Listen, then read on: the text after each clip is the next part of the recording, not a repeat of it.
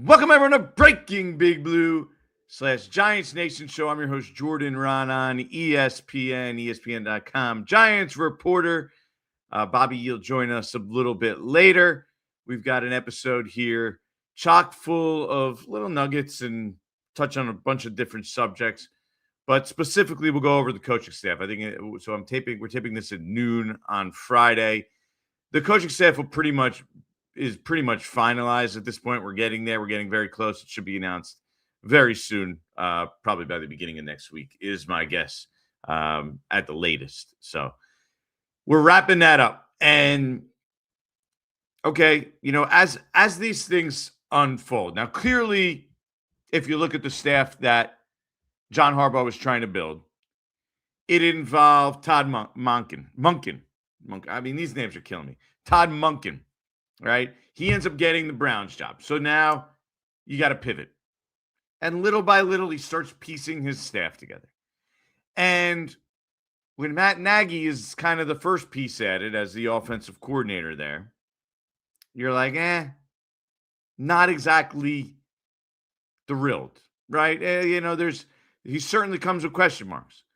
Is he a good play caller? We don't really know, right? He hasn't called plays that much in his career. When he did in Chicago, he didn't really have much to work with. Eventually gave up play calling. So you're not thrilled when you hear Matt Nagy. And by the way, I just listened to a video. Matt Nagy versus Matt Nagy. And so basically it said both. And people in his family say it both ways. And he did this in an interview. This was years ago when he was with the Bears. And it was Nagy when he was in high school. It was Nagy when he was in college. So I guess you really can't go wrong. I think Nagy's probably the best way to go. But so they hire Matt Nagy, and you're not blown away. At least I wasn't. Okay, fine. He has potential. He's worked for Andy Reid. He's worked for some good offenses there. They've declined, though, in recent years, and his play calling to be determined. We really don't know. And is he really the one who was tasked with developing Patrick Mahomes? He was there 1 year with him when he was a rookie, and he didn't really even play. And then he left and went to Chicago. He certainly, by the time he came back, Patrick Mahomes was who he is. So clearly now he has a lot to prove here. But now when you're adding Greg Roman, okay, by the way, we can make the argument that Greg Roman, I know people are like, oh, Greg Roman, passing concepts, we don't love him. We can make the argument that Greg Roman was one of the key figures of developing a young Lamar Jackson. Way more than you can Nagy on Patrick Mahomes or any of these other people. So, but you have him and his run game. But now the flip side of that is he didn't help take Justin Herbert to the next level. As a matter of fact, he kind of got stuck in sand or went backwards. So, okay. But you're not hiring him to be your quarterback's coach or your offensive coordinator or to be the guy directly in charge and tasked with developing Jackson Dart. Instead, you have Greg Roman now specifically. He's going to be handling a large part of the run game. You love that about him, right? Okay. And then now you have Brian Callahan. Okay. Significant one right there. Quarterbacks coach. His history.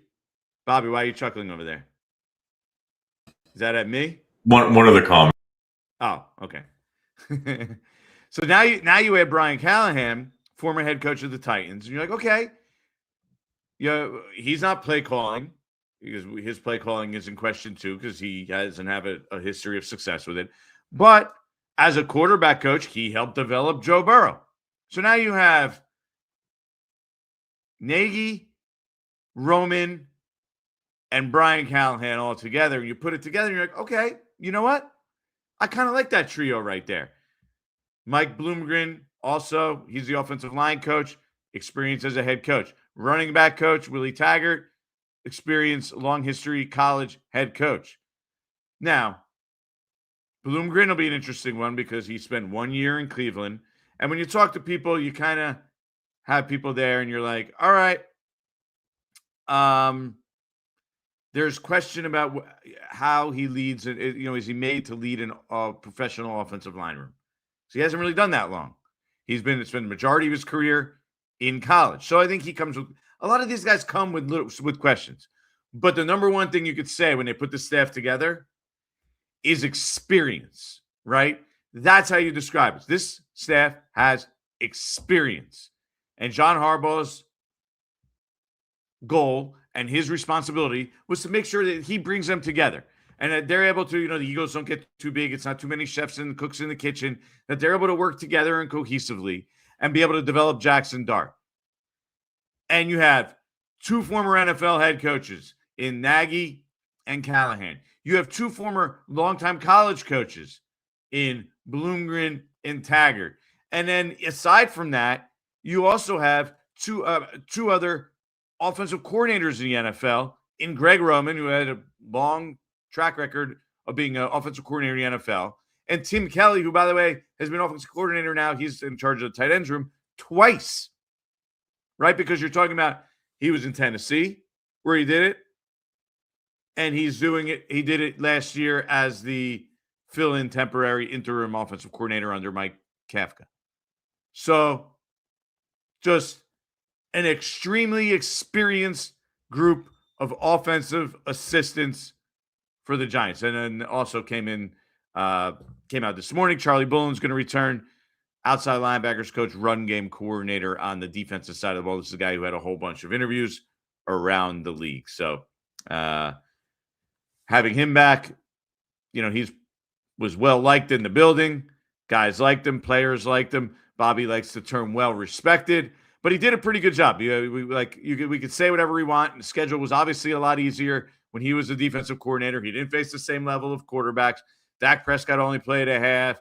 Washington was starting Jacoby Brissett. I forget who else was up. They played down the stretch. Mariota, right? Sorry, Mariota. Like the one game he played a good team, and they kind of got crushed by the Patriots. But his defense was top 10, was actually 10th. When he was the coordinator, it was like 29th yards per game beforehand. So clearly they did some good things. So to have him back, also a positive. So the Giants coaching staff, I think somebody said, for a plan B or plan C, it turned out pretty nice. And I kind of agree with that. I like the different specialties and putting it together. Hey, we maybe we can't find that one guy. We don't think that one guy's out there. And I think it was also key for John Harbaugh. He's not an offensive coach. He's coming into a situation where he has a young quarterback he needs to develop. You can't learn on the fly, even more so than before when he always took a coordinator who called plays before offensively. I didn't think he was going to go with a real, noob right now.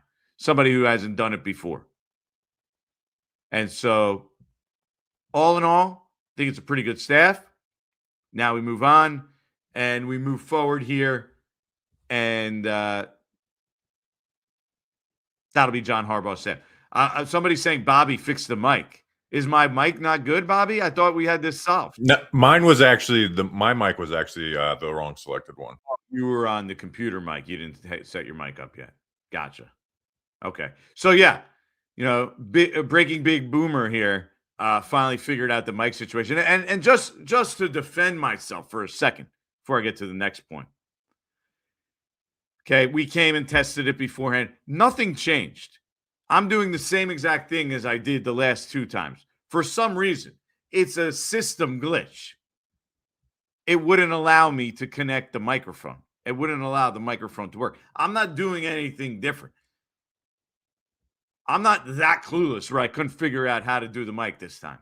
So I'm not taking blame for this one.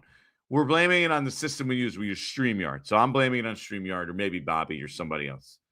I refuse to take blame. I got a StreamYard rant we can do later to do as well. Yeah, it must be StreamYard's fault. StreamYard. But anyway, so I'm off next week. Quick update. right? I'm off next week. The Philly jokes are funny, by the way. I mean, there's always a lot of Philly jokes. They're actually very funny. They keep coming. But I'm off next week. I always go away the week after the Super Bowl, not the few days after, the following week. So I'll be away. We'll take that week off, and then we're going to come back. We'll do double breaking Big Blue from Combine week. One time with Bobby. We'll figure out the best time there, and another update as well. And we'll just be dropping nuggets all over the place. That's when free agency starts to come into shape a little bit. Real quick on that, I've been thinking a little bit. Giants' biggest free agents, right, are Cordell Flott, Wan'Dale Robinson, and Jermaine Illuminor. None of those three guys are getting the franchise tag, right? You're talking about premium positions. Wide receivers close to $30 million. You know, it's going to be in the $28 million range. You got cornerback that's over $20 million. Offensive tackle, offensive line, again, up in the $26, $27, $28 million range. Those are huge numbers. Now, these are good players. These are starting caliber players. They're not that level players. That's made for star players, right? Top 5 type players at their position. Top 10 at the worst, right? And yes, Wan'Dale Robinson might be top 5 slot receivers, but that's not the way it goes. And Jermaine Illuminor, he might, be top one of the better right tackles again, but it's all tackles. And so, the top left tackles still do get paid a little bit more, even though the gap seems to be closing. And so we'll get to that in a little bit. And also I was thinking, Bobby will chime on this maybe a little bit later. All right, we know what John Harbaugh does, right? His history, what the kind of team he's trying to build. He's going to build a big physical team, right? I'm curious, what does John Harbaugh think of Wan'Dale Robinson, 5'8", right? Good player. I think he's a really solid player. But what does he think of Wan'Dale Robinson at 5'8", not an absolute burner? And Cordell Flott at 170 pounds? Not a great tackle. I was looking up just to see, how much a liability he was against the run. And he's gotten better, and he made plays, but there's a bunch of missed tackles on his resume. He's not a difference maker against the run. As a matter of fact, he's still probably a liability a little bit. So, and I know people are saying Zay Flowers is a little guy. Zay Flowers significantly more explosive than Wan'Dale Robinson, right? Now, yeah, it does think, I do. I think the Giants will still make a play for Wan'Dale Robinson. I'm just curious how much that plays into the shape that John Harbaugh wants to take this team. How much does that take? I mean, Jermaine Illuminor probably definitely better pass blocker than run blocker also. So all these things, I think I'm curious. We'll find out a little bit more at the combine, but to take into consideration, Jermaine Illuminor is going to get paid pretty solidly. I know there's been some numbers out there. They were kind of on the low side. His agent, David Mulugeta, one of the top agents out there. Cordell Flott, by the way, just switched agencies. He's now with Athletes First. Also, guess who his agent is, Bobby? Can you guess? It's not John Harbaugh. Daniel Jones's agent? Harbaugh. It's David Mulugeta as well. Dude, this guy, I hate this Mulugeta guy, man. He is ruthless. Yeah. So he's going to have a lot of say in how that goes, and if any of those guys come back, or what they can get around the league, because he now represents 2 of those 3 big free agents. Who's the third? It was I said Illuminor, Wan'Dale. Yeah, Wan'Dale's represented by somebody else, and Cordell Flott. Dane Belton also switched agents, which is notable. He switched, by the way, to Ed Berry. Okay, and if you remember the name Ed Berry, if it rings a bell at all, does it, Bobby? Saquon's agent. Saquon's agent. So I thought Dane Belton was going to be a long shot to return anyway. Very big long shot to return. He's going to want to be a starting safety or try to get a job as a starting safety and get that opportunity. Not the bigger physical type guy either that maybe the John Harbaugh would favor. And so if there is an opportunity to get a starting job, I think he would be gone. But also Ed Berry, Saquon, got him a job elsewhere. Just saying. So those two guys have new agents as they enter free agency. I thought it was interesting. Jeremy Fowler did something. It was on ESPN.com. You can go look at it about like how close teams were to make that jump. And the Giants were in like a category he termed sneaky good trajectory. Not quite at a few moves away, but sneaky good trajectory to like surprise people and come back. And John Harbaugh, he said this in a bunch of interviews now. He said this is paraphrasing a little bit because this is an old Andy Reid. When I was in Philadelphia back in the day covering Eagles when John Harbaugh was there, Andy Reid used to always say that when they used to get blown out, play a terrible game, or play really good and blow someone out, it's never as bad as it looks. It's never as good as it looks. So I think John Harbaugh seems to have that attitude with this Giants team, and part of the big reason why he's going to sell that they're going to have that significant turnaround this year. So sneaky good trajectory. I thought, okay, that kind of makes sense. It's like the third tier of teams that can really bounce back and surprise people. The number one at the top, I just remember being the Baltimore Ravens. The Bengals were there too, and that's I think in that a few moves away category.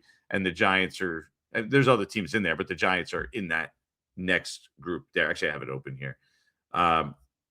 So the Chiefs, Lions, and Ravens are in the no need to panic, right?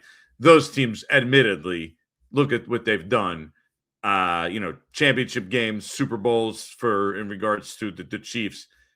They've been there before, so they just had kind of one down years. Few moves away are the Bengals, the Cowboys, and the Colts, Vikings, Bucks. They put a lot of team in that. And then the Giants are in the sneaky good trajectory. Like they're in the same group as the Falcons, the Saints. Yeah, those two, the Falcons and the Saints. So I could see that because those are teams that haven't done it yet, right? The other teams above them and the two categories above them have done something, right? Made the playoffs, won playoff games, done something in recent years, Super Bowls, star quarterbacks, whatever it may be. Whereas the teams in the few moves away category are teams that haven't done it yet. The Falcons haven't won a lot in recent years. The Saints haven't won in recent years. Giants certainly haven't won in recent years, 7-27 over the last 2 years. And then the Steve Tisch story, that's going to linger. That's still going to go on as we move forward here. His involvement with Jeffrey Epstein and all the emails that were exchanged back and forth. There's going to be more stories coming on that until it's addressed publicly. Still nothing from the Giants in regards to team-wise, nothing from the Mara family.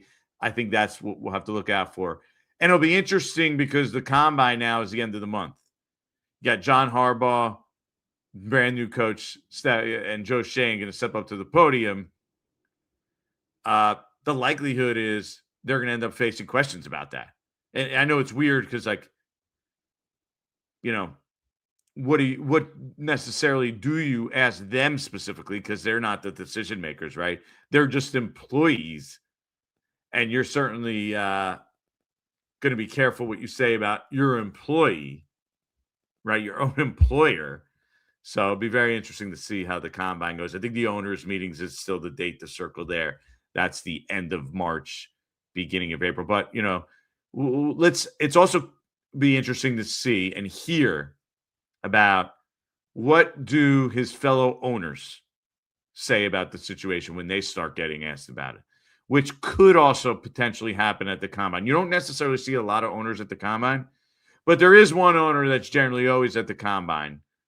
And so I wonder if he says anything or gets asked about it. We're talking about the one and only Jerry Jones.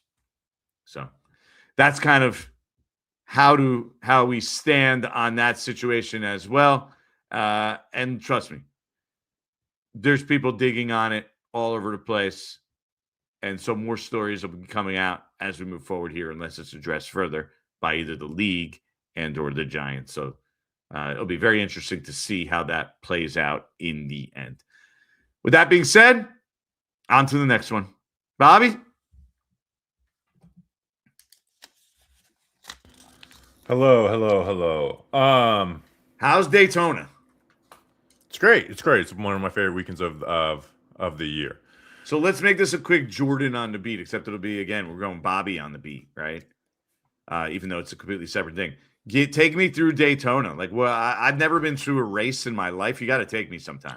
Yeah, so I actually have a note Spanish? from there. So number one, so I have some friends that work in NASCAR and stuff who, they're Giants fans, a guy who works at Sirius, guy that works in like communications there, another writer.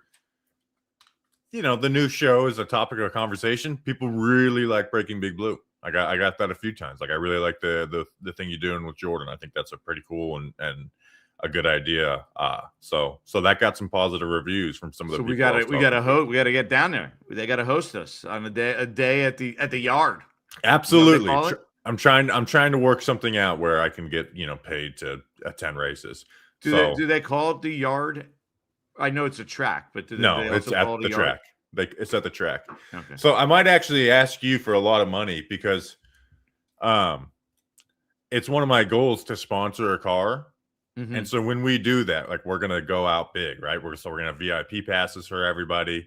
We're gonna sell, die casts of it. We'll do a show from the venue. It's like we're gonna go all out whenever that happens. Whether is that's this me year. like a chance to make money, or is this me flushing my money down the toilet? It's flushing your money down the toilet. That sounds very enticing, Bobby. Whoa, good sales pitch. But you get to see Breaking Big Blue, Jordan Raanan on a car, and you get to say, you can't take that money with you to the grave. Your kids don't need, your kids are going to be rich and stuff, so they're not going to need that type of money.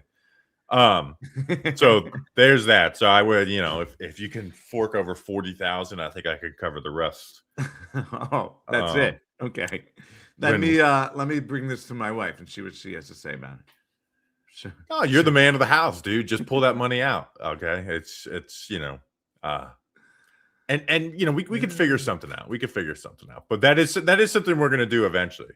In fact, I talked to two owners of a team yesterday and I told them, I was like, I'm gonna sponsor you one day. So yeah, Daytona, we're doing the full thing. Usually we don't do the full thing. Usually we go to one or two. So Thursday is a get there in the morning and do the entire, just check out every single thing. So I was exhausted this morning. We basically walked for 10 hours, just walking around for 10 hours straight. So there's that. Today is, me and my brothers and my cousin, we go to the truck race. Tomorrow is an all day affair, and then Sunday is the actual big show with the Daytona 500. So that's what it looks. So there is there like a big tailgate scene? No, but you can, and I'm doing a NASCAR sponsorship, advertisement right now. So remember that when I, try to get in somehow. You can bring in your own. You can bring in whatever you want. Really? Yeah. So the tailgate. So everybody comes in with coolers. Yeah, like you could bring in whatever you want. My first time going, me and my brothers and my cousin, we just went in like 2017 or whatever. We're like, yeah, let's go to this truck race. Tickets are $40.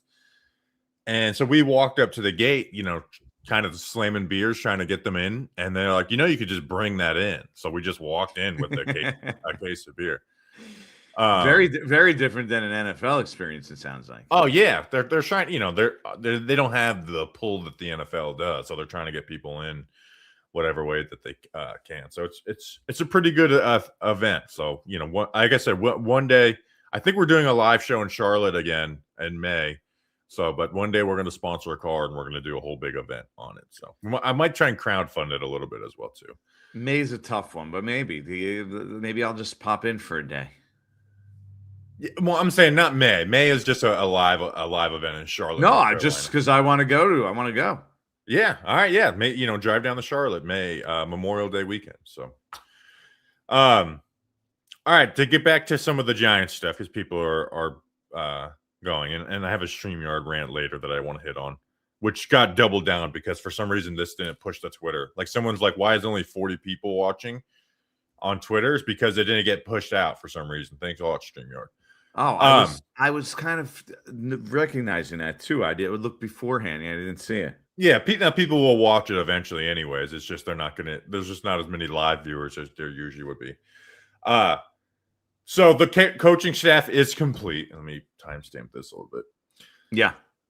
And like you said, they've got everything figured out in a sense. We're like, we got this, we got Greg Roman run game, Brian Callahan, pass game coordinator, Matt Nagy coming from the Chiefs and his Bears time. How do you think all that's going to work? Because there is a lot of cooks in the kitchen on the offensive side of the football. And the guy that John Harbaugh probably trusts the most is not the offensive coordinator in Greg Roman. Yeah. So I think it's good to have that guy though that you trust, because then they can kind of explain the way you want things taught. You know what I mean? So I do think that that can work. And look, it's an ego thing. I don't know most of these guys personally. I heard Brian Callahan, by the way, is a great guy. And actually, you know what? I heard Greg Roman is a really good guy too. Like the guys love Greg Roman. So I don't think it's going to be an ego problem with those guys. We'll have to wait and see. And also, look, it's John Harbaugh's job to make it work, right? To make sure that they work together and they all have a role and they're not stepping on each other's toes. And his track record on that seems pretty good, because he has had, Bobby, if you go look at, I haven't actually added it up, but like, what was the size of his staff compared to like the size of the Giants staff over the last like decade? Joe Judge had a big staff, but like I still would bet that John Harbaugh's staff, size wise, don't clip that, was significantly greater than what the Giants had over these past few years. I heard it's all right. I completely derailed you there. Yeah, I know. I was trying to, make a joke. Big Blue Film Room. Make sure we need that quote out of context. Actually, please do that, Big Blue Film Room. I heard John Harbaugh's staff size-wise is quite a bit big. So yeah, that's just kind of the question, baby. is because Pause. Nagy is obviously the offensive coordinator. Mm-hmm. Greg Roman is bringing in a big part of the run game. I know he doesn't have the title of run game coordinator, but we all know what he's there to do. Is how will Nagy do that? Reading up on his time in Chicago, maybe even to a flaw, was very collaborative of different people's input, putting things in, and this play and stuff. So I don't think that's I don't think you have an issue where it's like Wink Martindale, where he's mad that Brian Dable wants to like run a practice a certain way or something like that. I think as long as they're finding success through it, it'll work. If the offense is struggling, then it's going to become a huge, point the finger situation probably. If by running a practice a certain way means telling him he's not allowed to blitz or giving the quarterbacks the play calls, yeah. Well, not giving the here to repeat on that. I actually was on Dable's side on that because you're trying to install your basics of your playbook, and Wink Martindale's like, yeah, I'm blitzing the piss out of you like there's no tomorrow. Like every play is 3rd and 25. Yeah. How about the Giants and Titans, two of the worst teams, just basically flipping stats? It is interesting. I'll have to say that. It's crazy. Tim Kelly, the former offensive coordinator. Former head coach Brian Callahan, former defensive coordinator Denard Wilson. Frank Bush has been with the Titans 3 separate times, even going back to their days as the Oilers. When Denard Wilson got hired, somebody sent me a list of guys that were likely to come along with Denard Wilson, and Frank Bush was at the top of the list. Yeah, Frank, he's got a lot of experience, and he's been pretty good linebacker. Seems like he's been a pretty good linebacker coach throughout the years. So yeah, but again, the point is you want one of your own guys, right? At least to be able to teach, to basically represent you and show everyone this is the way kind of he wants it done, and this is what the expectation is. So I think it's good. And you mentioned Greg Roman on the offensive side. I think that's part of that over there as well. The next thing, Charlie Bullen announced that he'll be back today. I know you joked about like the well-respected thing. How well-respected is he around the league? Like, is he just one of like 6 guys that, that gets an interview for defensive coordinator spots in, Arizona, Dallas, and Cleveland? Or is he actually in the running for some of these jobs? I think he was sold, and people are intrigued by him, and he did a pretty good job in a very short period of time. So I think he got a real look from a couple of them, but I think he's just sort of like, okay, he did something in this league. He's youngish. let's see what he brings to the table. And it's sort of like, all right, this is the get your name out year for him. And if the defense does well, then maybe it'll turn into more next year. But yeah, I don't know. I saw there was enough to be intrigued by, I think, is what he put on tape. So, I mean, I heard he was a pretty serious candidate in Arizona. I don't know who ultimately made that move, right? I have no idea what's going on over there, but they did retain the defensive coordinator, right? Isn't that how that worked out? Is it? That's a weird move by them, by the way. That's what I mean. Like, did the owner push for that? Is that the head coach? Like, how did that play out? I don't know the dynamics of what's going on there. So, but yeah, I'm pretty sure they retain their defensive coordinator. That's what I read. Yeah, I'm a Mike LaFleur fan, but I didn't like that. Nick Rallis. I couldn't remember his name. That's right. Hopefully he's different than what Jonathan Gannon was. Yeah, bringing a new offensive coordinator too with him. I mean, defensive would have been something else because that would be a really young staff. Now you're talking about with very little experience. Yeah, and Bullen is, like you said, he was just he was an outside linebacker coach for Illinois a couple of years ago. I know he's been in the NFL with the Cardinals and the Dolphins, but it would be a pretty quick jump to go from interim DC for 5 games to DC. Yeah, I mean, he had to suspend his number 3 pick twice in the first half of the night, or like the first 10 games of the season. Their run defense was an abomination. He obviously did a lot of good things, but that's what I'm saying. There's just to be determined, right? Yeah, it's I like Bullen, but to me, I'm like kind of shocked we're in a situation where it's like, we got to increase your role to make really make you feel good about staying around. Where I think he is whatever. To go back, Great guy though. He's if you talk to him, you come away impressed when you talk to him. Yeah. Let me ask you this: now that the dust is settled, and maybe you know this, maybe you don't. Was Nagy Plan B? Because we know Todd Monken was obviously Plan A. Was he Plan B? Were they maybe wanting to go after Davis Webb, be more so than him, or was he just kind of their second option? I think he was in the running for Plan B all the time. I don't know. I don't think they know. Like John Harbaugh, does John Harbaugh know Davis Webb? No, that's what I'm just asking. So I'm just saying I don't think. Like, I think that name obviously would intrigue them, but he's always fallen on experienced play callers, and B, he doesn't know the guy. What if he just didn't like what he brought to the table? And so I agree. I just want a possibility. I think Nagy was an option the whole time. Yeah, I guess here's the question: was there another clear Plan B that the Giants weren't able to get? Like, we know they weren't able to get Plan A and Plan B when they got Shane Bowen. We knew it was Denard Wilson and Bobby Babbitt were Plan A, Plan B. Was there someone who was a clear Plan B who ended up doing? No, I don't think so. I think they had to totally recalibrate, and then the whole process was crazy, and now they had to say, okay, well, what are we going to do here at offensive coordinator at this point? Okay, let's move on from here.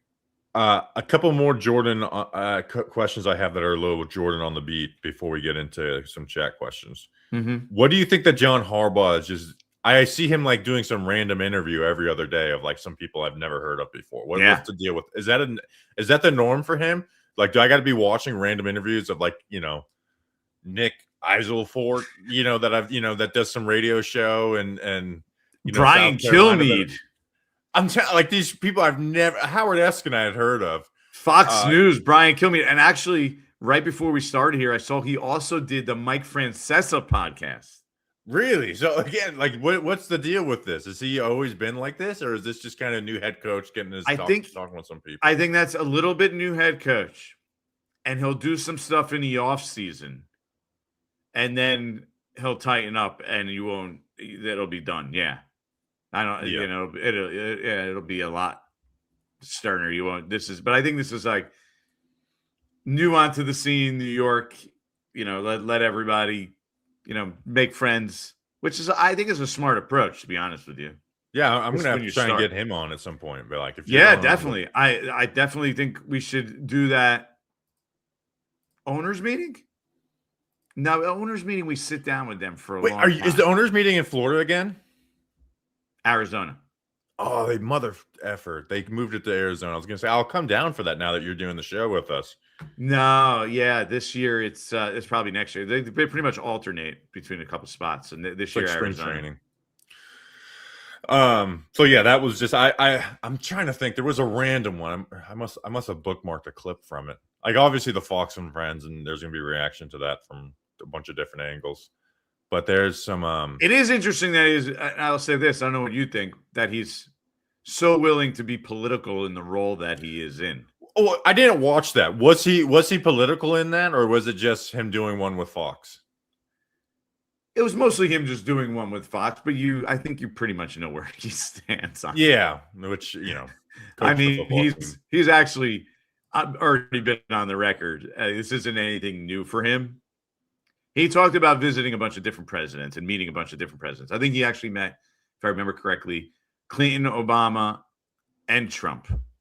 And did he meet Bush too? Maybe even, I don't even know. But yeah, he was just saying he met. He just feels privileged. The fact that, like, how privileged is your life that you're able to meet all those presidents. So he didn't really get into a political lean too much. I voted for Kadarius Toney, so maybe he can vote. He can meet another. Which party is that, Bobby? I don't know. We didn't think of that. We don't have any party affiliation. Which hey, that's that's me. No affiliation. Okay. Other thing. Did you get so angry, steaming mad at Joe Judge yesterday? Could you believe Joe Judge was the topic of conversation yesterday with the yeah, it just Can sounds I tell you so something? bad. What? He's kind of right. Like, you're the quarterback for Ole Miss, and like he's not saying.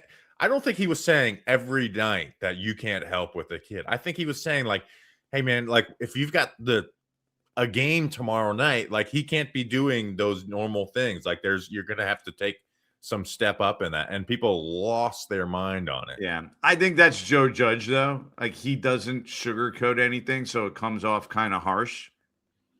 And I think that's what you got. The ironic part is, Bobby, and I know Joe Judge very well, and I know his family and his wife.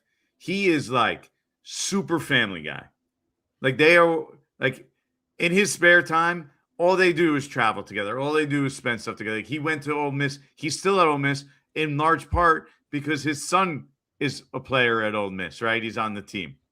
So that's the ironic part. Everyone's like, oh yeah, he doesn't care about his family. Basically, he's told the guy, don't worry about your family. Like, that's actually not who Joe Judge is at all, and that's why the perception of how. And I get it. It comes off a little bit tone deaf in today's society, But it's the reality of NFL, college football, end season, dude, right? Bobby, that's the reality of everybody's job. If I have a big thing to do for work the next morning, and I have to wake up super early, and it has to do with me being able to get paid and do my job well, I have to say, you're going to say to your wife the night before, hey, I need you to take care of the baby tonight. Like, it's your night. Like, you're in charge. Like, if that's the case, and during the season, they're talking about a guy who's trying to set up his family, a quarterback in college for the rest of his life. Like, you sometimes, and you say this to your wife or your significant other, sometimes you're like, hey, I need you to carry the load for X, X, and X. Like, I got this to do. And, it's like a give and take. And there's other times where you carry the load. Like, it became a grandstanding event where it's like, what about the firefighters that it's like, yeah, you know what? I bet you if there's a fire going on, they probably have to tell their wife, hey, there's a fire going on. I think you need to take care of the baby right now. I have a shift that starts at 4 a.m. I need you to handle tonight. Yeah, I know firefighters. They literally have to do that more than anybody else, where they're on like these 24-hour shifts. But so yeah, their wife. I understand it comes taking off care. It came off a little chauvinistic and harsh. It's just It's like, all right, it did, dude. All right, Brett Coleman. Like you tell your wife, hey, this $10 million, I got a college football semifinal game where I make $10 million per year. Anyways, how he plays is important. I mean, it's not like every single day, every second, but yeah, there's certain times where you're not you don't you say I need you to take care of it tonight, Oh, this week or whatever. dude, the Nice. grandstanding was crazy. And Yeah. someone I'm friendly with, former Giants trainer Pratik Patel, who doesn't like Judge. He was like, "How about telling them to not, have saw that. kids?" It's like, what do you mean? Tell them to not have? Oh, yes, college athletes, stop. Do you think he's encouraging them to have kids? And I get it. I know, like Joe Judge is harsh, and he told Pratik, he said, like, your job is to get them to stop playing video games and staying up late at night. I don't think that's meant something when somebody says that to you, to be taking like literally, like you have to make every guy stop. Like you just have to try to convince them to limit it. But it comes out, you're like, I want them to stop playing video games. We all know the reality, right? And then staying up late, going out at night. You're trying to limit it, though. I think that's I don't think Judge was telling them to. That's not his thing. He is an honest dude. Yeah, I don't think he was telling them to shun their children for their first 5 years of life. I think it's just like sometimes there's sacrifices that are made. And he made big time sacrifices, by the way. I remember him doing his story. Like he literally was working on like a grad assistant salary, making nothing when they had their first like kid or two child. Yeah, I remember that story you wrote about it. It's just the reality of college and NFL. And if you're against that, you're basically against every single coach ever. Which coaches have like a crazy amount of kids, which I do think is crazy. It's like, why do you have 9 kids? Like how, Robert Saleh, right? He has I think 7 or 8. Yeah, it's like that's where I will get on those people's side. It's like I think if you're in this profession, you should let's top out at 2. Because you are going to be just neglecting some of these kids with your job. It's always funny when the college coaches, you watch them like, stuff on them. And it's like, yeah, we get 2 weeks in July where we go to a boathouse. And that's like the 2 weeks of the whole year where I get to meet my children. And the Mike McDonald story was very funny too, where he's like, yeah, I make sure I get 30 minutes with my son every week. All right. Next thing. You know what? And this is the sad reality is these guys don't see their kids very often because they're going to the office. And look, they're not the only people out there. There's a lot of people that go to work super early and come home and their kids are basically in bed, right?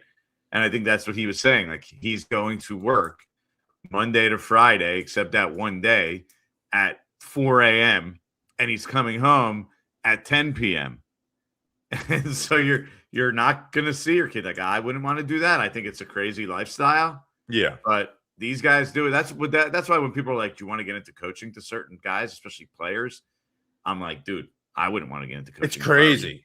If you have the ability to go into media or coaching as a former player and you pick coaching, you're out of your mind. Yeah, I agree. Maybe that's it, is they don't want to be around their family and that's why they do it.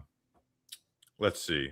Other questions I had. So the Wan'Dale thing, Wan'Dale is the one I go back and forth on. With Flawed, I could be swayed either way, where I'm like, yeah, he had a really good year, let's get him back. Or I could see, hey, he's just not a fit for what Denard Wilson's trying to do. Jermaine, I'm pretty strongly wanting to bring back. Wan'Dale is the one where I go back and forth on the most, because it's like, you want to pay your good players. He is a good player. He's been a good player. But it's just in my head that once Malik Neighbors is back, he's going to go back to having 680 yards with, 8.5 yards per catch, a low average depth of target, and it's just going to feel very replaceable. And do I want to pay? I think he proved a little bit that depth of target was what they were asking him to do. But they're going to ask him to do the same thing. That's my thing, is like, once Malik Neighbors is back and you don't have a wide receiver room where you have to run 2 tight end personnel all day, his role's going to go back to that. That's my thing, is I think his role's going to go back to that. And that role is very much a Brian Dable role. If that's the case, then you shouldn't be resigning him. Yeah, and I think that's where I end up leaning, unfortunately, even though I do like. And Flott's the one I was really thinking about. Like, John Harbaugh and Denard Wilson are going to like bigger, stronger cornerbacks. Are you really going to pay a guy who had a very good year, but there's still questions? He doesn't have a long track record history, and he's a liability against the run a little bit. I mean, that's not his strength. He's super thin. He's super small. He's just not he's not going to be a big force helping stop the run. Yeah, my content, I pride myself in never being the just trust what they do. They know more than us. Like I try and give my opinion and stick by it and have reasoning. Flawed is somebody who I kind of am, and like, all right, if they don't want to bring back Flawed, I understand. Like they're trying to fit a specific defense. And Adebo actually fits what they want to do. He really does. He really does. Where he's a press zone corner. I don't know if you saw this, but he had a really high number of missed tackles in a very short period. That's where he doesn't fit. Is Adebo's never been a great run defender. He had 11 missed tackles, according to Next Gen, which is a pretty high number considering he missed a whole bunch of games, right? Yeah, he missed like 3-4 games. Yeah. Let's think. I'll save the StreamYard rant for the very end. Okay. Because people don't want to hear about our personal problems. You hit on the Tisch stuff. I think it's important to keep, because I hate talking about. I really do. I hate talking about it. I hate talking about morality and stuff. Like I talk about football. I'm never here to preach to you about morality. But with that on the doorstep, I've decided, like, you know what, I can't just say one thing, like, until they do, like, they got to do something. And like you mentioned, I think it's screwed up if the Giants send Joe Shane and John Harbaugh out there to answer for that before anyone else speaks on it. Like the Giants need to address. We don't know if that's the case yet. We'll see. That's what I'm saying, is I feel like they're going to be forced to put out some type of statement to where at least those guys can point to that statement where they're not having to answer questions. Would be basically the first Giants spokesperson for that's not fair to Joe Shane or John Harbaugh.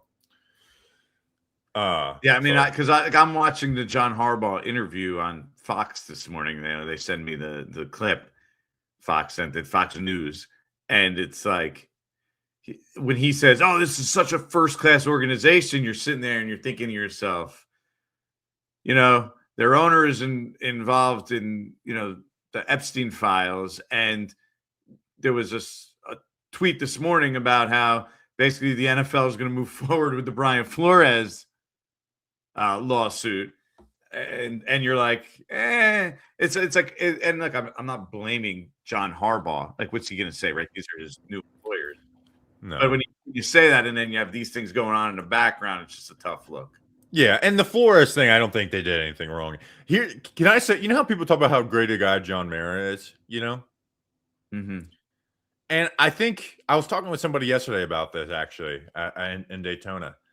I think he is graded on a curve of, like, these NFL owners are just scummy people, dude. Like, they really are, like, you don't have to comment on it. It just feels like they're such scummy people that John Mara, being just kind of like a normal guy next to them, is viewed as, like, the best human being in the world. That, like, he's in this kind of billionaires boys club, and he's not just a total scumbag.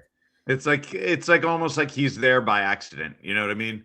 Yeah. Like his dad or his grandpa, sorry, just bought a team, and he was going to school to be a lawyer. Yeah, granted, he grew up with a lot of money and some perks of that, going to private schools, this and that, right? But like, he was going to be a lawyer, and then John Mara, like, you could always see him like going through the airport, flying, with a commercial like the rest of us, and then like people would see him in the airport all the time. Like, it's like, oh yeah, what are you doing here? And it's like, this is who I am. He drives himself. He doesn't have a driver, which is why I knew he was sick originally, because John Mara, there's no way in the world John Mara would ever have a driver and have somebody drive him around every day, right? And so when I saw his car wasn't there all spring, I'm like, what's going on? His car is always there. And you always see him driving to and from. And all of a sudden, they said, like, his wife was driving him in. Like, and I'm like, John Mara just doesn't have someone else drive him in. That's not who he is as a person. Yeah. All right, let's take some chat questions. I see you start a couple. Does Harbaugh have total final say, or would he concede on decisions such as Shane want to resign one of his draft picks? Yeah, John Harbaugh, this is part of what the back and forth was, the structure. Like, yeah, John Harbaugh if they can't come to a decision, the decision usually goes to John Mara, but he's not in great health either. And so considering like how they structured it, John Harbaugh is the final say here, right? I mean, it's if there's look, they say they're going to work collaboratively, and that's always the way the Giants did it. The GM and coach work together, and then it goes to whoever the controlling voice is on ownership if there's any indecision. But that controlling voice is now going to lean on the guy who makes $100 million, right? I mean, come on. That's going to be the way it goes here. So, yes, I would the way I would term it is John Harbaugh's final say, whether they want to admit it or not. Okay. And Chris Mara came pretty close to admitting it. As close as you can. Yeah. I mean, it's we all know. It's just a piece of paper. We did the Tisch thing already. How do we feel about? Let me just say that somebody says like divest. Like, remember, Steve Tisch is only 1/3 of his half, right? His brother and sister are also partners. So I'm talking about Lori and John Tisch. So I don't think it would be them selling their side. It would be, if anything, the other two taking more control. That's my guess if something were to happen. This is great NFL offseason content. How do we feel about AJ Brown has followed Jackson Dart and Malik Neighbors on Instagram? He's kind of untradeable with his contract unless it's just so toxic they just want to get rid of him. Look, okay.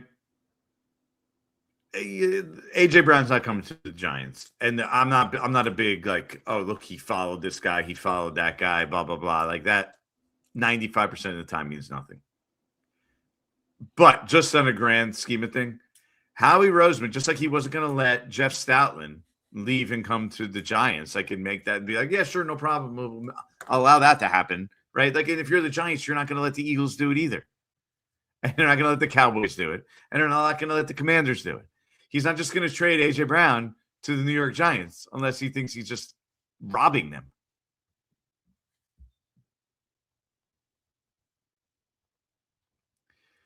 Your mic is off. I think Jackson Dart, though, is a likable guy, and he probably made friends with A.J. Brown at the Super Bowl. Yeah, Radio Row. That was crazy. Did you see the Eli, Sean O'Hara, Jackson Dart, Fernando Mendoza, like all the picture? Stoned? Like, it looked like they were all stoned together. What the hell was going on there? Late night at a party? Ironic Jackson Dart point. Doesn't drink. Really? He's Mormon. Doesn't drink. That's crazy. Yeah, not a drinker. You know who else doesn't drink? Former Giants quarterback. I've told this story too before. Tommy DeVito. Really? Does not drink. Sometimes he'll walk around, he told me, with Shirley Temple, so it looks like he has a drink. We knew DJ and Eli drank. Yes. DJ was like, it's crazy. Like, it's crazy to think like, Tommy DeVito, Jackson Dart, Daniel Jones, which one was the partier? And it was, dude, I used to get so many random photos of people like with Daniel Jones, and it's just like he's got like a giant sweat stain. One of my favorites is he's just like in the bathroom with some picture, and his mouth is like, Daniel Jones was a young guy living in Jersey City, Hoboken area, whatever it was. I think it was Jersey City. I think he was, yeah. You say Hoboken? Yeah, I think he was Hoboken, or at least that's where he hung out, at least. On Wikipedia, it does say Greg Roman is senior offensive assistant and run game coordinator. I mean, it was. I actually saw that. Reported as senior offensive assistant. Has run game coordinator came out anywhere? No. Run game. So when I asked the team about it, and they only told me senior offensive assistant. When I asked the team about the official title for Brian Callahan, pass game coordinator was included. So I don't think he's going to be run game coordinator. And also, by the way, Willie Taggart is not going to be assistant head coach either, like he was in Baltimore. I do not believe. But we'll see. I think that these can always change, but I don't think my initial impression is that Greg Roman won't be run game coordinator and that Willie Taggart won't be assistant head coach. Yeah. Just titles, by the way, right? Anyway. Is that a newer thing where everyone has run game coordinator, pass game? Is that a newer trend in the NFL? I feel like that wasn't the norm 5 years ago. No, I agree. I think certain teams, and John Harbaugh obviously is someone who's bigger into it. A lot of times he wants to have a coach and then a coordinator, like a runner pass game coordinator. He believes in bigger staff. It'll be an interesting question to ask him at some point about why he believes in having such big and large staffs. All right. I mean, we can, yeah. I want to finish off with the StreamYard rant. Dude, this is unbelievable. Number one. Wait, hold on. On to the next one. We'll say this is our final segment here. 56. Yeah. I'm not going to talk to you for a little bit, so we'll finish off with this. Number one, the stream did not go out to Twitter today, which is again that is our advertisement. Unacceptable, right? So now I'm going to run tests and make sure that that's working or whatever. So last month I got a $300 charge from StreamYard, and because it's supposed to be $25 per month. And so I saw that and I was like, oh, I must have paid by the year. I must have forgot about that. I must have paid by the year. And hit you with the auto payment, you thought? Yeah, I was like, oh, it's just this is my yearly payment. I must have not realized because they don't send email receipts either, which every other company does, and I keep track of all this stuff for expenses and stuff. And then my wife gets all the text messages from our bank account, and she's like, oh gosh, StreamYard $300 2 days ago. I was like, what? 2 days ago they just charged us $300. They opted me in to like, oh, we looked at your account and so it thought it was better suited for a business account. And they opted me in from paying $25 per month to $300 per month. So I lost my mind on that. I was like, are you guys out? I was like, I'm never the tweet at the company, airlines and stuff. I tweet, I was like, very scummy move to opt in. Like, oh, we sent a notification. I searched my email. No notification of it. So they ended up refunding me, but I was shocked. I thought they must have been going down as a company and they were trying to pull like every penny they could before they ended up shutting down or something. I could not get the nobody cares comments from people? No, I don't think anyone even saw it because they don't have like a big social presence. But I was ready to go to their offices and picket out front. I couldn't. I've never seen anything like that. They opted me in to go from $25 to a month to $300 per month. Yeah, I don't know. I never heard of opting somebody in if it wasn't like laid out beforehand as like, okay, if you after a year you automatically get opted in. Yeah, so, that's not what it was because I've been using StreamYard for 5 years so it's like I said, it wasn't that. They simply said they reviewed our account and thought it was better viewed for this new, and which is a new thing, by the way.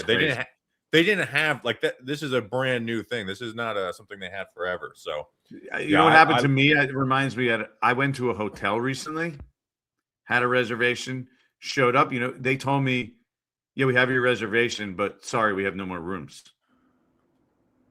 I was like, what? How is that possible? It's the whole Seinfeld skit. It's like it was like 10:30, 11 o'clock at night. And then they're like, yeah, we'll put you up in this other hotel, but it's 25 minutes away. I said, what? Now they did take care of me because I complained after the fact and they made it up to me. But I was like, what? I never heard of that in my life. How could you show up to a hotel and they said, well, sorry, we're out of rooms, but you're already, what's the good of a reservation then? Yeah, that's literally a Seinfeld skit about when he rented a car. He's like, I don't think you do know what a reservation means. Airlines I know can do that to you, but I never heard it with because airlines overbook it, but I never heard it with a hotel. One of my favorite months in U.S. history. This must have been like in 2020 or whatever, when people were like, you know what? We're tired of you overbooking these planes, not getting off the plane. And you remember that doctor, I think he was Asian. They beat the crap out of him, like bloodied him up, and then dragged him off the plane. One of my favorite months in American history was the month where we just said, you know what, we're not getting off these planes anymore. Like, enough. And they literally bloodied some dude up and dragged him off, like literally dragged his bloodied body off the plane. I know I probably shouldn't be endorsing that, so I'm just, and I don't remember it, so I'm just. I'm not endorsing that. I'm endorsing the people fighting back. Yeah, well, hopefully that doesn't happen. Because I'm about to go somewhere. I'm about to go on a trip. So, but never get off the damn plane. Which is the airline that, like, you're not guaranteed a seat. You have to do it like the morning of. I think it's Southwest. Is that what it is? I think Southwest was the one where it was just first come with seats, right? Yes, yeah. But you could only do it like the 24 hours in advance to get your seat. No one had a seat until like 24. Yeah, it's crazy. Yeah, I'm 6'7", so I'm an emergency aisle only guy. So it's unless they start overcharging like crazy for that, then I'm screwed. But flights are getting expensive. I know, dude. I just had to book, Grumps for the Mobile, and I was like, this is nuts. It's Alabama. No one wants to come here, which I guess is why part of the price is high. All right, let's close this out. We'll see a combine week. Yeah, so my thing at the combine is I come to the combine as the tannest man at the combine. Now my face is red right now because these lights are too much with the computer every time. I'm pretty pale. I don't really look like this. I'm going to come next time you see me. I'm going to have nice golden tan skin, tannest man at the combine. So with that being said, Bobby's mic is off. You're listening to Breaking Big Blue times Giants Nation show, the best collab out there. We'll have a ton of stuff coming up. A lot of nuggets from the combine. Listen in 2 weeks. Free agency, draft, all that good stuff. The offseason officially begins at the NFL Combine. Like, subscribe, tell your friends. Giants Nation show, Breaking Big Blue. I'm Jordan Raanan. He's Bobby Skinner. See you next time.